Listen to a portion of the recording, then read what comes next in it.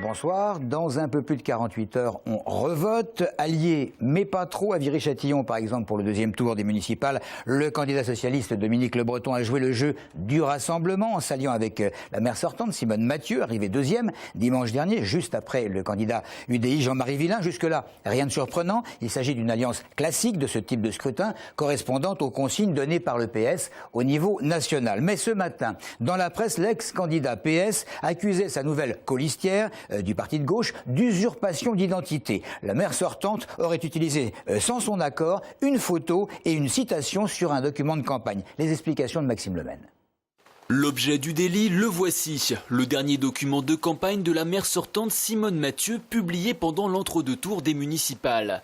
Juste en dessous de la photo de la candidate du parti de gauche, plusieurs soutiens de poids, comme Marjolaine Rose, réélue au premier tour à Morsan-sur-Orge, Philippe Rio, également réélu dimanche dernier à Grigny, et l'ex-tête de liste PS sur Viry-Châtillon, Dominique Le Breton, nouvel allié de la maire sortante. Seulement voilà, dans les colonnes du Parisien ce matin, Dominique Le Breton reproche à Simone Mathieu d'avoir usurpé sa photo et son identité et de lui avoir prêté des propos qu'il n'a jamais prononcés. Pour la candidate, ces propos sont surprenants. Monsieur Le Breton a signé nos accords. Il est donc sur la liste Viry-Châtillon solidaire et citoyenne. Et donc il en fait partie. Donc il soutient cette liste-là. Les propos qu'il a tenus ce matin sont assez surprenants, d'autant que son mandataire officiel a lui-même validé tous les documents que nous avons sortis. Contacté ce matin, Dominique Le Breton a finalement refusé de s'exprimer face caméra, estimant en substance ne pas vouloir être le fossoyeur à gauche de ces élections. L'UDI Jean-Marie Villain qui dénonce une campagne, je cite, de deuxième tour de caniveau. Selon lui, Dominique Le Breton serait victime d'un arrangement peu avantageux. Fin de citation. Il était attendu, il est venu. Je veux parler de Jean-Luc Mélenchon, qui hier soir à Évry, pour soutenir la candidate Farida Amrani, opposée à Francis Choix, a pris pour cible le prédécesseur du maire actuel, autrement dit Manuel Valls. J'ai senti qu'il filait du mauvais coton, j'avais raison, a indiqué le leader du Front de gauche à propos du ministre de l'Intérieur, Jean-Luc Mélenchon, qui s'en est aussi pris à la politique gouvernementale d'austérité, et évoquant Francis Choix, le maire actuel, il a ironisé en ces termes, celui qui est passé du Parti communiste à la droite du PS. Fin de citation. Bref, les couteaux sont tirés comme dans d'autres communes. Aujourd'hui, les professeurs et les élèves se sont à nouveau mobilisés devant le lycée Rosa Parks Montgeron afin de dénoncer les moyens alloués par la direction académique pour la rentrée 2014 bien sûr. Depuis la dernière manifestation, il y a 10 jours, le lycée a obtenu 3 postes de profs, mais pour les manifestants et le SNES, le syndicat national des enseignants du second degré, cela reste absolument insuffisant. Audrey Coll. Les élèves ont décidé de taper fort pour montrer leur mécontentement. C'est donc assis sur la route, bloquant le rond-point devant le lycée, qu'ils ont décidé de manifester. Il y a 10 jours, la mobilisation avait porté ses fruits, puisque la direction académique avait par la suite accordé la création de 3 postes en histoire géo, mathématiques et espagnol. Pourtant, la mobilisation continue.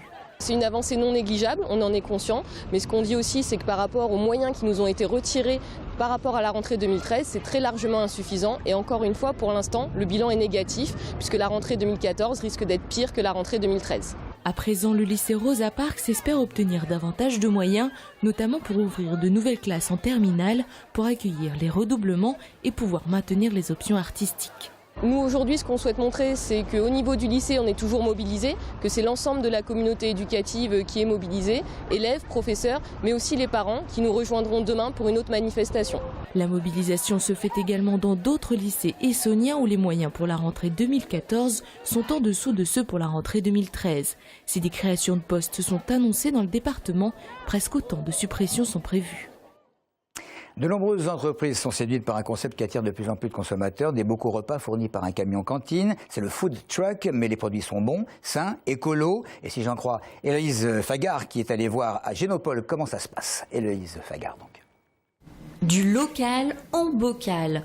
Depuis peu, Philippe Dubois, qui a travaillé dans des établissements étoilés, s'est lancé dans l'aventure food truck.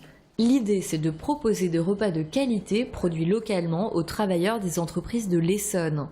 On s'est pris comme axe une cuisine traditionnelle, donc un peu revisitée parfois, mais aujourd'hui par exemple vous avez de la blanquette de veau avec un riz pilaf, les petits oignons glacés, les champignons, les pois gourmands, vous avez une soupe de betterave avec l'œuf mollet, une crème d'aneth et puis en dessert une mousse au chocolat noir ou une crème caramel. Donc on va rester sur cet axe-là de cuisine traditionnelle avec un équilibre alimentaire, en faisant, tant faire se peut, utiliser, si je puis dire, les produits locaux essonniens. Et pour amener ces bons petits plats, Philippe peut compter sur son estafette qui donne tout son charme à l'opération. C'est une authentique estafette Renault retapée dans le Nord. Nous l'avons évidemment relookée et l'estafette, pour nous, ça représente les années 60, les 30 glorieuses, là où la France n'avait pas de soucis économiques, entre autres. Et on pense que voilà, véhiculer cela, c'est le cas de le dire, cette image-là va bien avec la cuisine de tradition que nous revendiquons. Les plats sont préparés dans son laboratoire de Saint-Michel-sur-Orge avec des produits locaux. Et dans une logique de zéro déchet, les menus sont servis dans des bocaux en verre consignés. J'ai goûté, c'est bon, si je puis me permettre. Le sport du week-end, essentiellement du ballon rond, match décisif pour le FCF Givisy ce dimanche à Saint-Etienne. Victorieuse en terre stéphanoise, il y a de nombreux mois, les filles de Pascal Gouzen avaient finalement été données perdantes par la Fédération française de foot à la suite d'une erreur administrative. Après avoir utilisé de nombreux recours, le club essonien a finalement gagné le droit de rejouer le match, rencontre programmée à 15h.